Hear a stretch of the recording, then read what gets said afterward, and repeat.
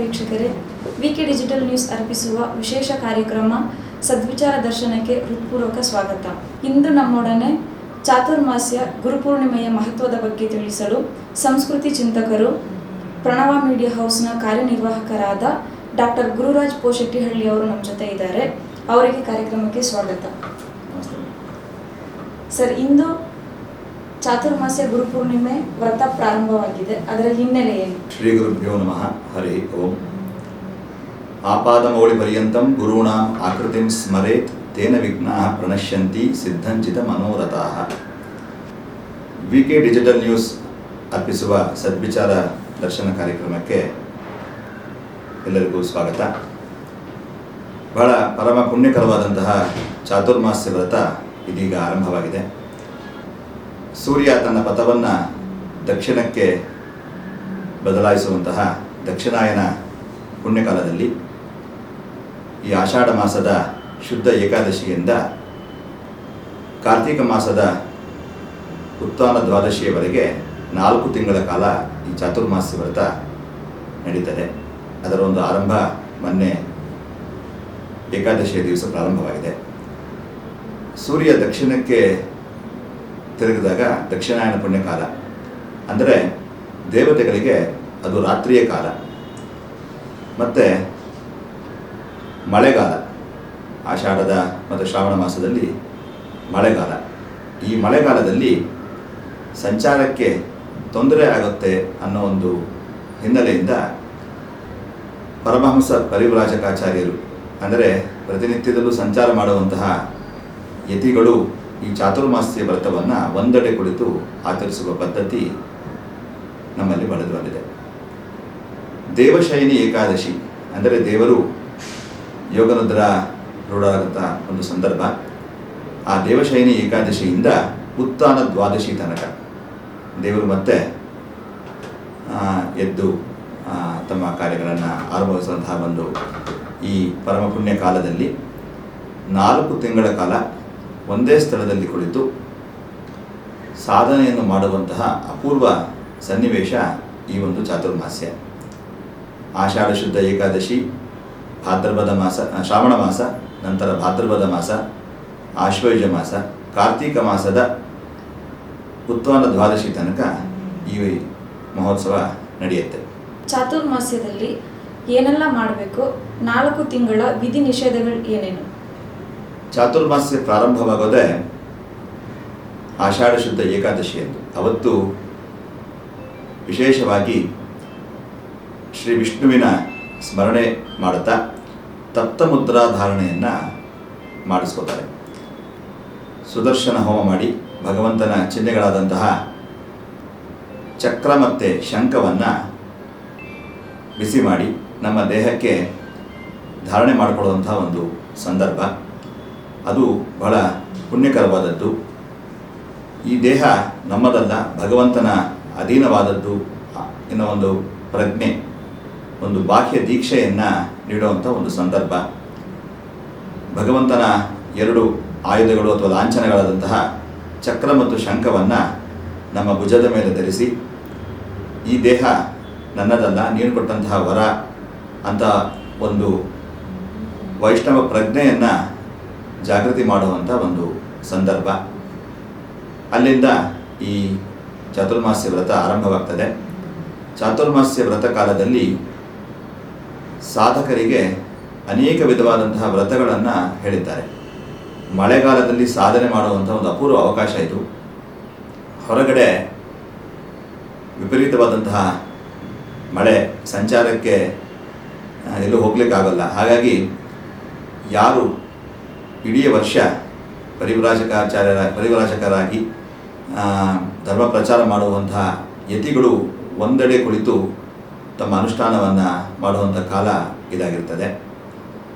ಇದರ ಮೂಲ ಉದ್ದೇಶ ಏನಂದರೆ, ಯಾವುದೇ ಕ್ರಿಮಿಕೀಟಗಳಿಗೆ ತೊಂದರೆ ಕೊಡದೆ ದೊಡ್ಡದಾದಂತಹ ಮಳೆಯ ಪ್ರವಾಹವನ್ನು ದಾಟಿ ಊರಿಂದ ಊರಿಗೆ ಹೋಗಲಿಕ್ಕೆ ಆ ಸಂದರ್ಭದಲ್ಲಿ ಆಗ್ತಾ ಇರಲಿಲ್ಲ. ಹಾಗಾಗಿ ಯತಿಗಳು ಒಂದು ಸ್ಥಳದಲ್ಲಿ ಕುಳಿತು ತಮ್ಮ ಜಪ ತಪ ಅನುಷ್ಠಾನಗಳನ್ನು ನೆರವೇರಿಸುತ್ತಾ ಈ ಒಂದು ಚಾತುರ್ಮಾಸ್ಯ ವ್ರತವನ್ನು ಆಚರಿಸ್ತಾ ಇದ್ದರು.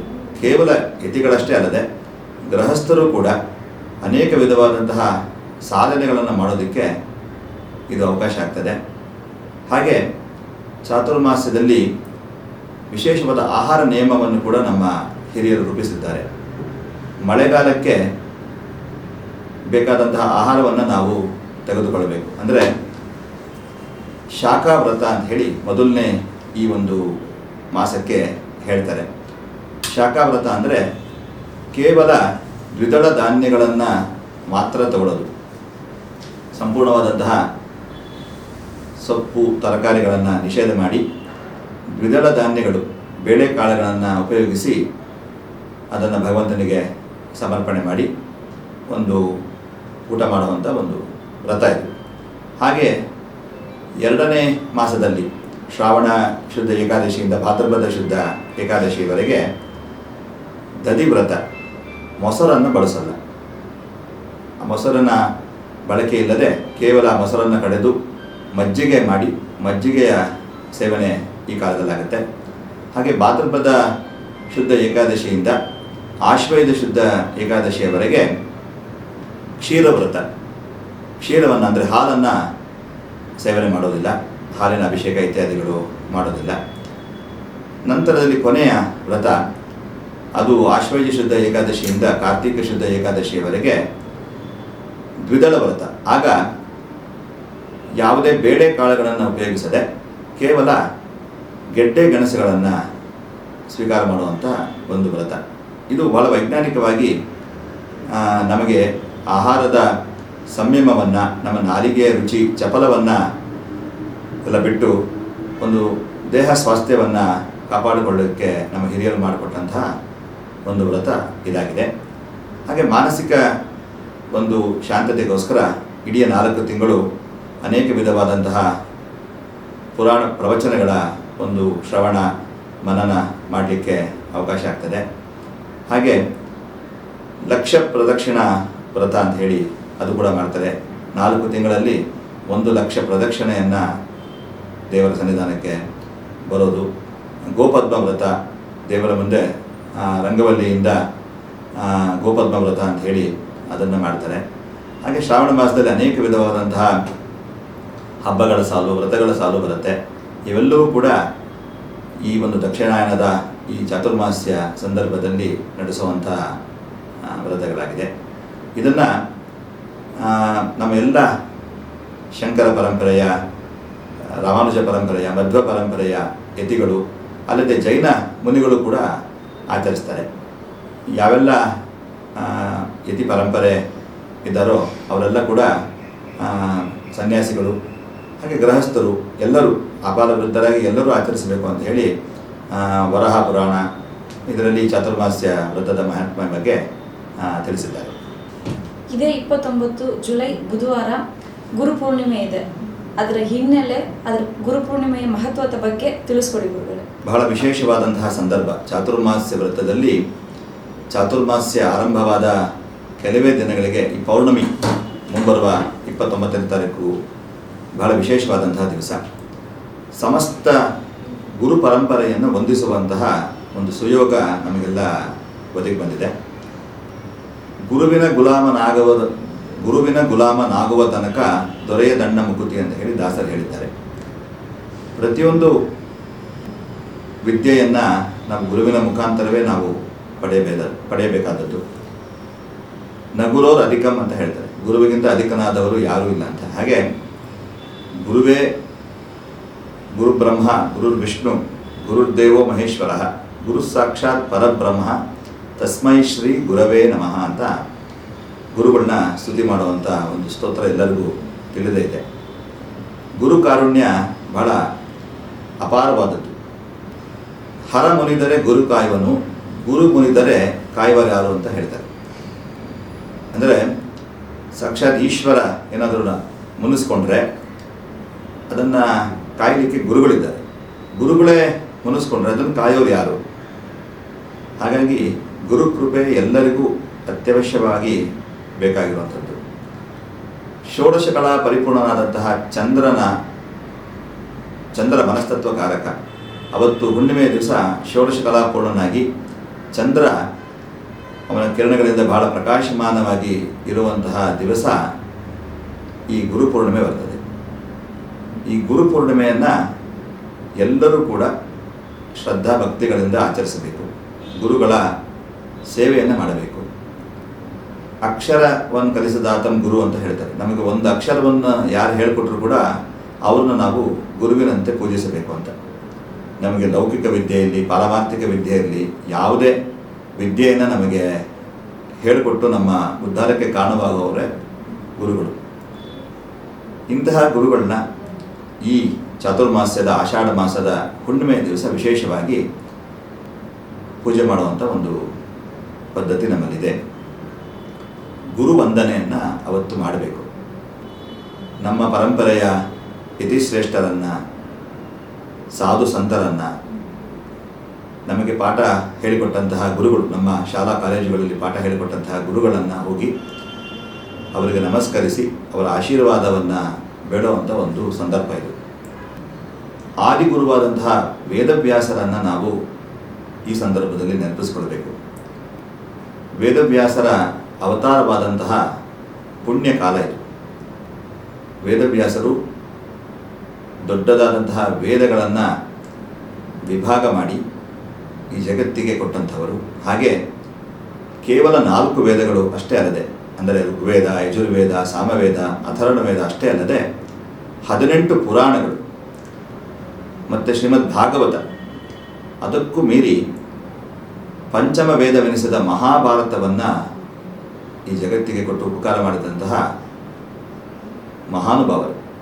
ಅವರ ಸ್ಮರಣೆಯನ್ನು ಈ ದಿವಸ ಅವಶ್ಯವಾಗಿ ಎಲ್ಲರೂ ಮಾಡಬೇಕು. ಆದಿಗುರುಗಳು ಅಂತ ಹೇಳಿ ಅವರಿಗೆ ಹೇಳ್ತಾರೆ. ಈ ವೇದವ್ಯಾಸರ ಸ್ಮರಣೆ, ಆ ಪರಂಪರೆಯಲ್ಲಿ ಬಂದಂತಹ ಎಲ್ಲ ಋಷಿಮುನಿಗಳು, ಗುರುವರಿಯರು, ಯತಿಗಳ ಸ್ಮರಣೆ ಮಾಡಬೇಕು, ಆಚಾರ್ಯರ ಸ್ಮರಣೆ ಮಾಡಬೇಕು. ನಿಮ್ಮ ಮನೆ ಹತ್ತಿರದ ಯಾವುದೇ ಗುರು ಸನ್ನಿಧಾನಕ್ಕೆ ಹೋಗಿ ನೀವು ಪ್ರಾರ್ಥನೆ ಮಾಡಿ ಬಂದರೆ ಬಹಳ ಒಳಿತಾಗ್ತದೆ. ಗುರುಬಲ ಬರ್ತದೆ. ನಾವು ಕೇಳಿರ್ತೀವಿ, ಮದುವೆ, ಉಪನಯನ ಇತ್ಯಾದಿ ಕಾರ್ಯಗಳಿಗೆ ಗುರುಬಲ ನೋಡುವಂಥ ಒಂದು ಪದ್ಧತಿ ಇದೆ. ಗುರುವಿನ ದೃಷ್ಟಿ ನಮ್ಮ ಮೇಲೆ ಯಾವ ರೀತಿ ಇದೆ ಅಂತ ಹೇಳಿ ಜ್ಯೋತಿಷ್ಯ ಶಾಸ್ತ್ರದಲ್ಲಿ ನಮ್ಮ ಕುಂಡಲಿಯ ಆಧಾರದಲ್ಲಿ ಗುರು ನಿಮಗೆ ಉಚ್ಚನಾಗಿದ್ದಾನೋ ಅಥವಾ ನೀಚನಾಗಿದ್ದಾನೋ ಅಂತ ತಿಳಿಸ್ತಾರೆ. ಆ ಗುರುಗ್ರಹ ಜ್ಯೋತಿಷ್ಯ ಶಾಸ್ತ್ರದ ಪ್ರಕಾರ ಗುರುಗ್ರಹ ಅತ್ಯಂತ ದೊಡ್ಡ ಗ್ರಹ. ಗುರು ಅಂದರೇನೆ ಭಾರ ಅಂತ ಹೇಳ್ತಾರೆ. ಈ ಗುಕಾರ ಅಂಧಕಾರ, ಅರು ಅನ್ನೋದು ಅದನ್ನು ನಿವಾರಣೆ ಮಾಡುವಂಥ ಒಂದು ಶಬ್ದ. ಇವೆರಡೂ ಸೇರಿ ಗುರು ಅನ್ನೋ ಒಂದು ಶಬ್ದ ಉಂಟಾಗಿ ನಮ್ಮ ಅಂಧಕಾರವನ್ನು ನಿವಾರಣೆ ಮಾಡಿ ಜ್ಞಾನದೆಡೆಗೆ ನಮ್ಮನ್ನು ಕೊಂಡೊಯ್ಯುವಂಥವನೇ ಗುರು ಆಗಿರ್ತಾನೆ. ಅಂತಹ ಗುರುಗಳನ್ನು, ಅಂದರೆ ಬೃಹಸ್ಪತ್ಯಾಚಾರ್ಯರು, ಜ್ಯೋತಿಷ್ ಶಾಸ್ತ್ರದಲ್ಲಿ ಗುರುವಿಗೆ ಇನ್ನೊಂದು ಹೆಸರು ಬೃಹಸ್ಪತಿ ಅಂತ, ದೇವಗುರು ಬೃಹಸ್ಪತಿ. ಆ ಬೃಹಸ್ಪತಿಯ ಅನುಗ್ರಹ, ಗುರುವಿನ ಅನುಗ್ರಹ ನಮ್ಮ ಮೇಲೆ ಆಗಬೇಕು ಅಂತ ಹೇಳಿ ನಾನು ಕೇಳ್ಬೋದಾಗಿದೆ. ಭಾರತೀಯ ಸಂಸ್ಕೃತಿಯಲ್ಲಿ ಗುರುವಿನ ಮಹತ್ವ ಏನು ಎಂಬುದನ್ನು ನಮ್ಮ ವೀಕ್ಷಕರಿಗೆ ತಿಳಿಸ್ಕೊಡಿ ಗುರುಗಳೇ. ನಾನು ಆಗಲೇ ಹೇಳಿದಾಗೆ ನಮ್ಮ ಎಲ್ಲ ವಿದ್ಯೆಗಳಿಗೆ ಅಧಿಪತಿ ಗುರು. ಆ ಗುರುವಿನ ಅನುಗ್ರಹ ಪ್ರತಿಯೊಬ್ಬರ ಮನುಷ್ಯನಿಗೆ, ಅದರಲ್ಲೂ ವಿದ್ಯಾರ್ಥಿಗಳಿಗೆ ಬಹಳ ಮುಖ್ಯವಾಗಿ ಬೇಕು. ವಿದ್ಯಾರ್ಥಿಗಳು ತಮ್ಮ ಲೌಕಿಕ ಶಿಕ್ಷಣವನ್ನು ಹೇಳಿಕೊಡುವಂತಹ ಗುರುಗಳನ್ನು ಅತ್ಯಂತ ಪೂಜ್ಯ ಭಾವನೆಯಿಂದ ನೋಡಿ ಅವರಿಗೆ ವಂದಿಸಬೇಕಾದಂತಹ ಒಂದು ಕಾರ್ಯ ಇವತ್ತು ಆಗಬೇಕಾಗಿದೆ. ಹಿಂದೆ ಎಲ್ಲ ಶ್ರೀ ಗುರುವೇ ನಮಃ ಅಂತ ಹೇಳ್ತಾ ಇದ್ರು. ಆದರೆ ಈಗ ಗುರು ಏನು ಮಹಾ ಅನ್ನೋ ಒಂದು ಹೇಳಿಕೆಯನ್ನು ನಾವು ಕೇಳ್ತಾ ಇದ್ವಿ. ಗುರುವಿಗೆ ನಮಸ್ಕಾರ ಅನ್ನೋ ಒಂದು ಸ್ಥಿತಿಯಿಂದ ನಾವು ಗುರು ಏನು ಮಹಾ ಅನ್ನೋ ಹಂತಕ್ಕೆ ನಾವು ಬಂದಿದ್ದೇವೆ. ಅದಾಗಬಾರ್ದು. ನಮಗೆ ಗುರು ಕೃಪೆ ಅನ್ನೋದು ಬಹಳ ಮುಖ್ಯವಾಗಿ ಬೇಕಾಗಿತ್ತು. ಮತ್ತು ಅರಿವೇ ಗುರು. ನಾವು ಯಾವುದನ್ನು ಅರಿತುಕೊಳ್ತೀವೋ ಆ ಅರಿವಿನ ಜ್ಞಾನ ಅದೇ ನಮಗೆ ಗುರು ಆಗುತ್ತೆ. ಆ ಅರಿವನ್ನು ಉಂಟು ಮಾಡುವಂಥವನೇ ನಮಗೆ ಗುರು. ನಮ್ಮ ಜೀವನದ ದಿಕ್ಕನ್ನು ಮುಂದೆ ಗುರಿ, ಹಿಂದೆ ಒಬ್ಬ ಗುರು ಇರಬೇಕು ಅಂತ ಹೇಳ್ತಾರೆ. ನಮ್ಮ ಗುರಿ ಸ್ಪಷ್ಟವಾಗಿದ್ದರೆ ಅದಕ್ಕೆ ಗುರು ಕಾರುಣ್ಯ, ಗುರು ರಕ್ಷೆ ಇದ್ದು ಅವನು ನಮ್ಮನ್ನು ಸರಿದಾರಿಯಲ್ಲಿ ತೆಗೆದುಕೊಂಡು ಹೋಗ್ತಾನೆ. ಅಂತಹ ಒಂದು ಗುರುವಿನ ಕೃಪೆ ಈ ಗುರುಪೂರ್ಣಿಮೆ ದಿವಸ ನಮಗೆ ಆಗ್ತದೆ. ನಮ್ಮ ಅಂತರಂಗದ ಬೆಳಕೆ ಆ ಗುರು ಅನ್ನೋ ತತ್ವ. ಕಾಣದ ದೇವರು ಊರಿಗೆ ನೂರು, ಕಾಣುವ ದೇವರು ಪರಮ ಗುರು ಅಂತ ಹೇಳ್ತಾರೆ. ಹಾಗೆ ದಾಸರು ಕೂಡ ಬಹಳ ಸರಳ ಕನ್ನಡದಲ್ಲಿ ಆ ಗುರುವಿನ ಮಹತ್ವವನ್ನು ಹೇಳಿದ್ದಾರೆ. ಗುರುವಿನ ಗುಲಾಮನಾಗುವ ತನಕ ದೊರೆಯದಣ್ಣ ಮುಕುತಿ. ಮತ್ತು ಗುರು ಶಬ್ದಕ್ಕೆ ಅನೇಕ ಅರ್ಥಗಳಿದೆ. ಉಪಾಧ್ಯಾಯ ಅಂತ ನಾವು ಹೇಳ್ತೀವಿ, ಆಚಾರ್ಯ ಅನ್ನೋ ಒಂದು ಅರ್ಥ ಕೂಡ ಇದೆ. ಅಂದರೆ ಯಾರು ಶಾಸ್ತ್ರಾರ್ಥಗಳನ್ನು ತಿಳಿದು ಅದರಂತೆ ನಡೆಯುತ್ತಾರೆಯೋ, ಆ ಅನುಭೂತಿಗಳನ್ನು ಜೀವನದಲ್ಲಿ ಅನುಷ್ಠಾನಗೊಳಿಸಿ ಮತ್ತೊಬ್ಬರಿಗೆ ಅದನ್ನು ಆಚರಿಸುವಂತೆ ಮಾಡುವವನು ಆಚಾರ್ಯ ಅನ್ನೋ ಒಂದು ಶಬ್ದದ ಅರ್ಥ. ಮತ್ತು ಕುಲಪತಿ, ಇವತ್ತೇನು ನಾವು ವೈಸ್ ಚಾನ್ಸಲರ್ ಅಂತ ಹೇಳ್ತೀವಿ, ಕುಲಪತಿ ಅಂದರೆ ಯಾವ ವಿದ್ವಾಂಸನಾದ ಬ್ರಹ್ಮರ್ಷಿಯು ದಶಸಹಸ್ರ ಮುನಿಗಳಿಗೆ, ಅಂದರೆ ವಿದ್ಯೆಯನ್ನು ಮನನ ಮಾಡುವಂಥವರಿಗೆ ಅನ್ನ ವಸ್ತ್ರಾದಿಗಳನ್ನು ನೀಡಿ ಪಾಠವನ್ನು ಹೇಳಿಕೊಡುವನೋ ಅವರೇ ಕುಲಪತಿಗಳು ಅಂತ ಹೇಳ್ತಾರೆ. ಇನ್ನು ಉಪಾಧ್ಯಾಯ ಅಂದರೆ ಮಂತ್ರಗಳು, ವೇದಾಂಗಗಳನ್ನು ಬೋಧಿಸುವ ವಿದ್ವಾಂಸರಿಗೆ ಉಪಾಧ್ಯಾಯ ಅಂತ ತಿಳಿಸ್ತಾರೆ. ಇದರ ಬಗ್ಗೆ ಅನೇಕ ನಮ್ಮ ಶಾಸ್ತ್ರಗಳಲ್ಲಿ ಗುರುವಿನ ಮಹತ್ವವನ್ನು ಕೊಂಡಾಡಿದ್ದಾರೆ. ಅಂಧಕಾರವನ್ನು ನಾಶ ಮಾಡಿ ನಮ್ಮನ್ನು ಜ್ಞಾನದೆಡೆಗೆ ಕೊಂಡೊಯ್ಯುವವನೇ ಗುರು ಅಂತ. ಇದರಲ್ಲಿ ನಮ್ಮಲ್ಲಿ ಗುರುಗಳಲ್ಲೂ ಕೂಡ ಅನೇಕವಾದಂತಹ ಪ್ರಭೇದಗಳಿದೆ. ಯೋಗಿ ಗುರು, ಜ್ಞಾನಿ ಗುರು, ತಾಂತ್ರಿಕ ಗುರು, ಬ್ರಹ್ಮನಿಷ್ಠ ಗುರು, ಹೀಗೆ ಅನೇಕ ವಿಧವಾದಂತಹ ಗುರುಗಳ ಒಂದು ವಿಚಾರಗಳು ಕೂಡ ನಮ್ಮಲ್ಲಿ ಬರುತ್ತೆ. ಮತ್ತು ನಮ್ಮ ಭಾರತೀಯ ಸಂಸ್ಕೃತಿಯಲ್ಲಿ ಗುರುವಿನ ಮಹತ್ವನ ಜಾನಪದರು ಬಹಳ ವಿಶೇಷವಾಗಿ ಹೇಳಿದ್ದಾರೆ. ಏನಂದರೆ ಜನನಿ ತಾಯಿ ಮೊದಲ ಗುರು ಅಂತ, ಮನೆಯ ಮೊದಲ ಪಾಠಶಾಲೆ ಜನನಿ ತಾಯಿ ಮೊದಲ ಗುರು ಅಂತ. ನಮ್ಮ ತಾಯಿನೇ ನಮ್ಮ ಮೊದಲನೇ ಗುರು. ಅವಳೇ ನಮಗೆ ಈ ಅಕ್ಷರಗಳನ್ನು ಹೇಳಿಕೊಟ್ಟವಳು, ನಮ್ಮನ್ನು ರೂಪಿಸೋಳುವಂಥ ಗುರು ಅವಳೇ ಆಗಿರ್ತಾರೆ. ಇನ್ನು ಈ ಪುರಂದರದಾಸರ ಈ ವಚನ, ಈ ಒಂದು ದಾಸರ ಪದ ಬಹಳ ವಿಶೇಷವಾಗಿದೆ. ಗುರುವಿನ ಗುಲಾಮನಾಗುವ ತನಕ ದೊರೆಯದಣ್ಣ ಮುಕುತಿ, ವರಗುರು ಉಪದೇಶ ನೆರವಾಯಿತೆನಗೀಗ ಇನ್ನೇನಿನ್ನೇನು, ಮಾಯದ ಸಂಸಾರ ಮಮಕಾರ ಹಿಂಗಿತು ಇನ್ನೇನಿನ್ನೇನು, ಜಲಜನಾಭನ ಧ್ಯಾನ ಹೃದಯದಳು ಯತ್ನಿಸಿತು ಇನ್ನೇನಿನ್ನೇನು, ಸಂದೇಹವಿಲ್ಲ ಮುಕುಂದ ದಯ ಮಾಡಿದ ಇನ್ನೇನಿನ್ನೇನು, ಏನೆಂದು ಕೇಳಲಿ ಆನಂದ ಸಂಭ್ರಮ ಇನ್ನೇನಿನ್ನೇನು, ಎನ್ನ ವಂಶಗಳೆಲ್ಲ ಪಾವನವಾದವು ಇನ್ನೇನಿನ್ನೇನು, ಚಿನ್ಮಯ ಪುರಂದರ ವಿಠಲಯ್ಯ ದೊರಕಿದ ಇನ್ನೇನಿನ್ನೇನು ಅಂತ. ಮತ್ತು ಎಷ್ಟು ಚೆನ್ನಾಗಿ ಗುರುವಿನ ಮಹತ್ವವನ್ನು ಸರಳ ಕನ್ನಡದಲ್ಲಿ ಹೇಳ್ತಾರೆ. ಗುರು ಕಾರುಣ್ಯವ ಪಡೆದವರಾಗಿ, ಗುರುವಿನ ಮರ್ಮವ ತಿಳಿದವರಾಗಿ, ಗುರುವಿನ ಪಾದವ ಸ್ಮರಿಸುವವರಾಗಿ, ಪರಮ ಪುಣ್ಯವ ಮಾಡುವವರಾಗಿ ಅಂತ ಪುರಂದರದಾಸರು ಒಂದು 500 ವರ್ಷಗಳ ಹಿಂದೆಯೇ ಗುರುವಿನ ಮಹತ್ವದ ಬಗ್ಗೆ ತಿಳಿಸಿದ್ದಾರೆ. 6 ಶಾಸ್ತ್ರವನ್ನು ಓದಿದರಿಲ್ಲ, 3 ಪುರಾಣವ ಮುಗಿಸಿದವರಿಲ್ಲ, ಸಾರಿ ಸಜ್ಜನರ ಸಂಗಮ ಮಾಡದೆ ಧೀರನಾಗಿ ತಾ ಮೆರೆದರೆ ಇಲ್ಲ, ಕೊರಳಲು ಮಾಲೆಯ ಧರಿಸಿದವರಿಲ್ಲ, ಬೆರಳಲು ಜಪವನಿ ಎನಿಸಿದವರಿಲ್ಲ, ಮರುಳನಂತೆ ಶರೀರಕ್ಕೆ ಬೂದಿಯ ಒರೆಸಿಕೊಂಡು ತಾ ತಿರುಗಿದರಿಲ್ಲ ಅಂತ ಹೇಳಿ ಆ ಗುರುವಿನ ಮಹತ್ವವನ್ನು ತಿಳಿಸ್ಕೊಳ್ಳುವಂಥ ಒಂದು ಸುಂದರ ದೇವರ ನಾಮವನ್ನು ರಚಿಸಿದ್ದಾರೆ. ಇಂತಹ ಗುರುಗಳನ್ನು ಅನೇಕ ವೇದಗಳು, ಉಪನಿಷತ್ತುಗಳು ಕೂಡ ಗುರು ಮಹಿಮೆಯನ್ನು ಕೊಂಡಾಡುತ್ತೆ. ಈ ನಮ್ಮ ಕುವೆಂಪು ಅವರು ಕೂಡ ಗುರುವಿನ ಬಗ್ಗೆ ಒಂದು ವಿಶೇಷವಾದಂಥ ಒಂದು ಪದ್ಯವನ್ನು ಬರೆದಿದ್ದಾರೆ. ಅಂತರತಮ ನೀ ಗುರು ಹೇ ಆತ್ಮ ತಮೋಹಾರಿ, ಜಟಿಲ ಕುಟಿಲತಮ ಅಂತರಂಗ ಬಹು ಭಾವ ವಿಪಿನ ಸಂಚಾರಿ ಜನುಮ ಜನುಮ ಶತಕೋಟಿ ಸಂಸ್ಕಾರ ಪರಮ ಚರಮ ಸಂಸ್ಕಾರಿ ಪಾಪ ಪುಣ್ಯ ನಾನಾ ಲಲಿತ ರುದ್ರ ಲೀಲಾ ರೂಪ ಅರೂಪ ವಿಹಾರಿ ಅಂತ ಹೇಳಿ ನಮ್ಮ ಕುವೆಂಪು ಅವರು ಕೂಡ ಈ ವಿಚಾರವನ್ನು ತಿಳಿಸ್ತಾ, ಎನ್ನೊಡೆಯ ಜಗನ್ನಾಥ ಎನ್ನ ಗುರು ಜಗದ್ಗುರು ಎನ್ನಾತ್ಮ ಎಲ್ಲ ಜೀವರಾತ್ಮ ಶ್ರೀ ಗುರುವೇ ನಮನ ಅಂತ ಹೇಳಿ ಗುರುವಿನ ಬಗ್ಗೆ ಒಂದು ಸ್ತುತಿ ಮಾಡುವಂಥ ಸಾಲುಗಳನ್ನು ನಾವು ಕಾಣ್ತೇವೆ. ಇಂತಹ ಗುರುಗಳಲ್ಲಿ ಮುಖ್ಯವಾಗಿ ವೇದವ್ಯಾಸರು, ಅವರ ಪರಂಪರೆಯ ಎಲ್ಲ ಯತಿಗಳಲ್ಲಿ ಅವರ ಸನ್ನಿಧಾನ ಇರುತ್ತೆ. ಅದಕ್ಕೆ ಇವತ್ತು ಕೂಡ ಗುರುಪೂರ್ಣಿಮೆ ದಿವಸ ಎಲ್ಲ ಯತಿಗಳು ಚಾತುರ್ಮಾಸ್ಯ ಪ್ರಾರಂಭ ಮಾಡ್ತಾರೆ. ಅವತ್ತು ವಿಶೇಷವಾಗಿ ವೇದವ್ಯಾಸರ ಪೂಜೆಯನ್ನು ಮಾಡ್ತಾರೆ. ವೇದವ್ಯಾಸರಿಗೆ ನಮಸ್ಕಾರ ಮಾಡಿ ಅವರ ಆಶೀರ್ವಾದ ಪಡೆದುಕೊಂಡು ಈ ಚಾತುರ್ಮಾಸ್ಯದ ಪ್ರಾರಂಭ ಮಾಡುವಂಥ ಸಂದರ್ಭ ಇದಾಗಿದೆ. ಅವಧೂತ ಪರಂಪರೆ ಬಗ್ಗೆ ನಮ್ಮ ವೀಕ್ಷಕರಿಗೆ ತಿಳಿಸ್ಕೊಳ್ಳಿ ಗುರುಗಳೇ. ಅವಧೂತ ಪರಂಪರೆಯ ಬಗ್ಗೆ ನಾನು ಹೇಳಿಕೊಡೋಕ್ಕೆ ಮುಂಚೆ ಅವಧೂತರ ಲಕ್ಷಣಗಳನ್ನು ನಾವು ನೋಡಬೇಕು. ಅವಧೂತ ಎಂದರೆ ಸರ್ವಸಂಗ ಪರಿತ್ಯಾಗಿಯಾದ ಸನ್ಯಾಸಿ, ದಿಗಂಬರ, ವರ್ಣಾಶ್ರಮಗಳನ್ನು ಮೀರಿ ಮುಮುಕ್ಷು ಮಾರ್ಗದಲ್ಲಿ ನಡೆದು ಆತ್ಮನಲ್ಲಿಯೇ ವಿಹರಿಸುವನು ಎಂದರ್ಥ.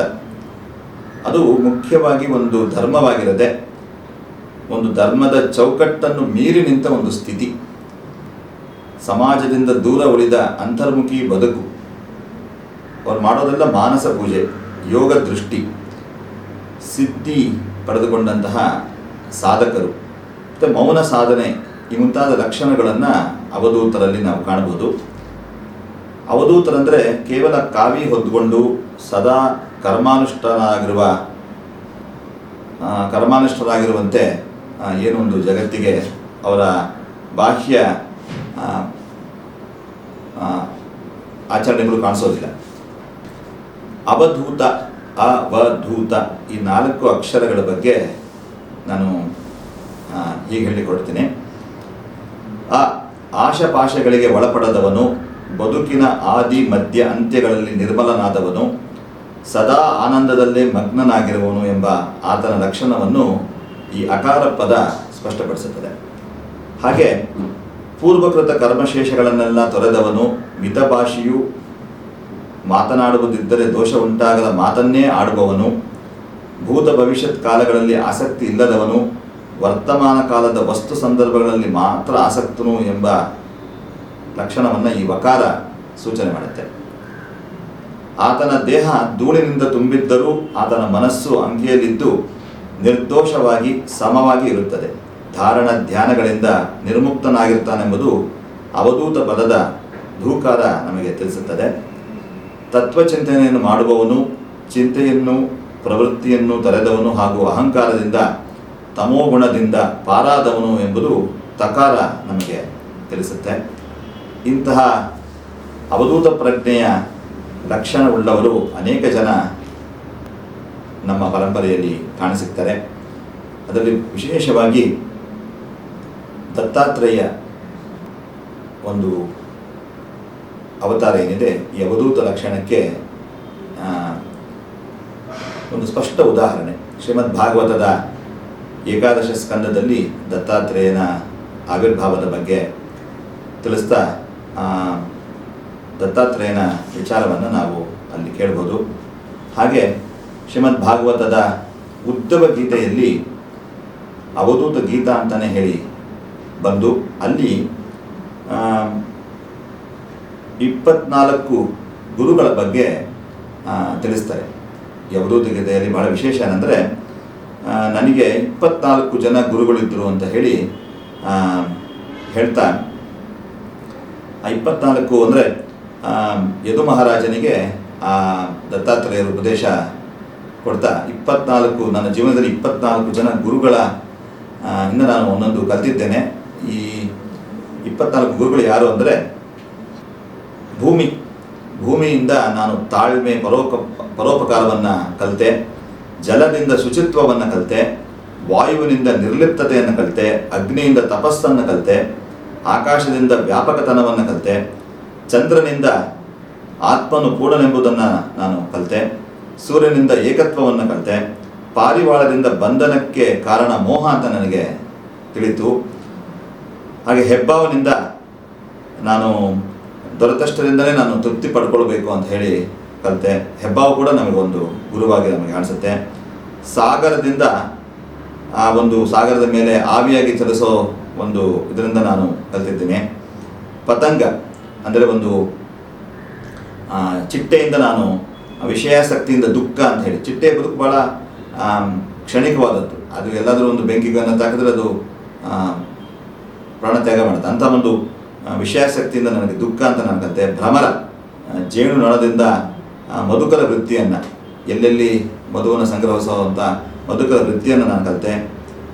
ಆಮೇಲೆ ಜೇನುತುಪ್ಪದಿಂದ ಏನು ಕಲಿತೆ ಅಂದರೆ, ಎಲ್ಲ ಜೇನುತುಪ್ಪ ಬೇರೆ ಬೇರೆ ಕಡೆಯಿಂದ ಶೇಖರಣೆ ಮಾಡಿ ಒಂದು ಒಳ್ಳೆ ಮಧು ಆಗಿದ್ರು ಕೂಡ ಅದನ್ನು ತಾನು ಅನುಭವಿಸದೆ ಅದು ಪರರ ಪಾಲಾಗುತ್ತೆ ಅಂತ ಒಂದು ವಿಚಾರವನ್ನು ನಾನು ಕಲಿತಿದ್ದೀನಿ. ಗಂಡಾನೆಯಿಂದ ಬಲಶಾಲಿ ಆದರೂ ಕೂಡ ಕಾಮಕ್ಕೆ ವಶವಾದರೆ ವೇದನೆ ನಿಶ್ಚಿತ ಎಂಬುದನ್ನು ನಾನು ಕಲಿತೆ. ಚಿಗರೆ ಅಂದರೆ ಜಿಂಕೆಯಿಂದ ಗಾನಕ್ಕೆ ಮನಸ್ಸೋದು ಸರಿಸಿಕ್ಕುವಂತೆ ಎಂದಿಗೂ ರಾಗಗಳಿಗೆ ಕಿವಿ ಕೊಡಬಾರದು ಅನ್ನೋದನ್ನು ಕಲಿತೆ. ಮೀನು ಆಹಾರದ ಆಸೆಯಿಂದ ಬಲೆಗೆ ಬೀಳುವಂತೆ ಜಿಹ್ವಾ ಚಾಪಲ್ಯ ಬೀಳಬಾರದು ಅನ್ನೋದನ್ನು ಕಲಿತಿದ್ದೇನೆ. ಪಿಂಗಳೆ ಎಂಬ ವೇಶ್ಯೆಯಿಂದ ಸಮಾಧಾನವನ್ನು ನಾನು ಕಲಿತಿದ್ದೇನೆ. ಕಾಗೆಯಿಂದ ಕೂಡ ನಾನೊಂದು ಪಾಠ ಕಲಿತಿದ್ದೇನೆ. ಅದು ತನ್ನ ಕಚ್ಚಿಕೊಂಡ ಆಹಾರವನ್ನು ಕಂಡು ಇತರ ಪಕ್ಷಿಗಳು ಅಟ್ಟಿ ಬರುವಂತೆ ವಿಷಯಾನಂದಗಳ ತ್ಯಾಗದಿಂದ ಸುಖ ಪ್ರಾಪ್ತಿ ಅನ್ನೋದನ್ನು ನಾನು ಕಲಿತಿದ್ದೇನೆ. ಮಾತೆಯ ಮಡಿಲಿನಲ್ಲಿ ಮಗುವನ್ನಂತೆ ಮಲಗಿರೋದು ಕೂಡ ನಾನು ಮಾತೆಯನ್ನು ಕೂಡ ಗುರು ಅಂತ ನಾನು ಕಾಣ್ತೇನೆ. ಕನ್ಯೆಯಿಂದ ನಾನು ಒಂದು ವಿಚಾರವನ್ನು ಕಲಿತಿದ್ದೇನೆ. ಸರ್ಪದಿಂದ ಅಂದರೆ ಈ ಸರ್ಪ ಬೇರೆಯವರು ಒಂದು ಇರುವೆ ಕಟ್ಟಿದಂತಹ ಗೂಡಲ್ಲಿ ಬಂದು ವಾಸ ಮಾಡುತ್ತೆ. ಆ ಸರ್ಪದಿಂದ ಕೂಡ ನಾನೊಂದು ಕಲಿತಿದ್ದೇನೆ. ಬಿಲ್ಲುಗಾರ ಅಂದರೆ ಈ ಬಿಲ್ಲನ್ನು ತಯಾರು ಮಾಡುವಂಥವನು. ಅವನು ಭಾಳ ಏಕಾಗ್ರತೆಯಿಂದ ಆ ಬಿಲ್ಲನ್ನು ತಯಾರು ಮಾಡ್ತಾನೆ. ಅವನ ಏಕಾಗ್ರತೆ ನನಗೆ ಒಂದು ಪಾಠವಾಗಿ ಕಂಡಿದೆ. ಜೇಡರ ಹುಳು ತಾನು ಹಣದಂತಹ ಬಲೆಯಲ್ಲೇ ಕೂಡ ಅದು ಸಿಕ್ಕಾಕೊಂಡು ಒದ್ದಾಡುತ್ತೆ, ಪ್ರಾಣ ಬಿಡುತ್ತೆ ಅಂತ ಒಂದು ಸಂದರ್ಭದ ನಾನು ಅದರಿಂದ ಕಲಿತಿದ್ದೇನೆ. ಕಣಜದ ಹುಳು ಇಂದ ಕೂಡ ನಾನೊಂದು ವಿಚಾರವನ್ನು ಕಲಿತಿದ್ದೇನೆ ಅಂತ ಹೇಳಿ ಈ 24 ತತ್ವಗಳಿಂದ ನಾನು ಒಂದೊಂದು ಕಲಿತಿದ್ದೀನಿ ಅಂತ ಹೇಳಿ ತಿಳಿಸ್ತಾರೆ. ಹಾಗೆ ದತ್ತಾತ್ರೇಯ, ದಕ್ಷಿಣಾಮೂರ್ತಿ, ವೇದವ್ಯಾಸರು ಇವರೆಲ್ಲ ಕೂಡ ಈ ಗುರುತತ್ವಕ್ಕೆ ವಿಶೇಷವಾದಂತಹ ಸಾನ್ನಿಧ್ಯವನ್ನು ನೀಡಿರೋರು. ಈ ಗುರುಪೂರ್ಣಿಮೆಯ ಸಂದರ್ಭದಲ್ಲಿ ವೇದವ್ಯಾಸರನ್ನು, ಭಗವಾನ್ ದತ್ತಾತ್ರೇಯನನ್ನು, ದಕ್ಷಿಣಾಮೂರ್ತಿಯನ್ನು ಸ್ಮರಣೆ ಮಾಡಿ ನಮ್ಮನ್ನು ಈ ಭವಬಂಧನದಿಂದ ಪಾರು ಮಾಡು, ನಮಗೆ ಸನ್ಮಾರ್ಗದಲ್ಲಿ ನಮ್ಮನ್ನು ಕೊಂಡೊಯ್ಯು ಅಂತ ಹೇಳಿ ನಾವು ಪ್ರಾರ್ಥನೆ ಮಾಡಿಕೊಳ್ಬೇಕು. ತಮ್ಮ ಅಮೂಲ್ಯವಾದ ಸಮಯವನ್ನು ಕೊಟ್ಟು ಚಾತುರ್ಮಾಸ್ಯ ಗುರುಪೂರ್ಣಿಮೆಯ ಮಹತ್ವದ ಬಗ್ಗೆ ತಿಳಿಸಿಕೊಟ್ಟಿದ್ದಕ್ಕೆ ಹೃತ್ಪೂರ್ವಕ ಧನ್ಯವಾದಗಳು ಗುರುಗಳೇ. VK ಡಿಜಿಟಲ್ ನ್ಯೂಸ್ ಅವರು ಸದ್ವಿಚಾರ ದರ್ಶನದ ಮೂಲಕ ಚಾತುರ್ಮಾಸ್ಯ ಮತ್ತು ಈ ಗುರುಪೂರ್ಣಿಮೆಯ ವಿಶೇಷ ಕಾರ್ಯಕ್ರಮವನ್ನು ಮಾಡಿದ್ದಾರೆ. ದಯಾಮಯನಾದಂತಹ ಭಗವಂತ ಎಲ್ಲರಿಗೂ ಸನ್ಮಂಗಳವನ್ನು ಉಂಟು ಮಾಡಲಿ. ನಮ್ಮ ದೇಶದಲ್ಲಿ ಕಾಲಕಾಲಕ್ಕೆ ಮಳೆ ಬೆಳೆಗಳಾಗಲಿ, ಕ್ಷಾಮ ಬರಗಾಲ ಯಾವುದು ಬರದೆ ಸಮೃದ್ಧಿಯಿಂದ ಇರುವಂತಾಗಲಿ ಅಂತ ಹೇಳಿ ನಾನು ಪ್ರಾರ್ಥಿಸುತ್ತಾ ಈ ಕಾರ್ಯಕ್ರಮಕ್ಕೆ ಅವಕಾಶ ಮಾಡಿಕೊಟ್ಟಿದ್ದಕ್ಕೆ ಧನ್ಯವಾದಗಳನ್ನು ಅರ್ಪಿಸ್ತೇನೆ. ನಮಸ್ಕಾರ. ವೀಕ್ಷಕರೇ, VK digital news YouTube channel ಅನ್ನು ಲೈಕ್ ಮಾಡಿ, ಸಬ್ಸ್ಕ್ರೈಬ್ ಮಾಡಿ ಮತ್ತು ಹೆಚ್ಚಿನ ಜನರಿಗೆ ಶೇರ್ ಮಾಡಿ.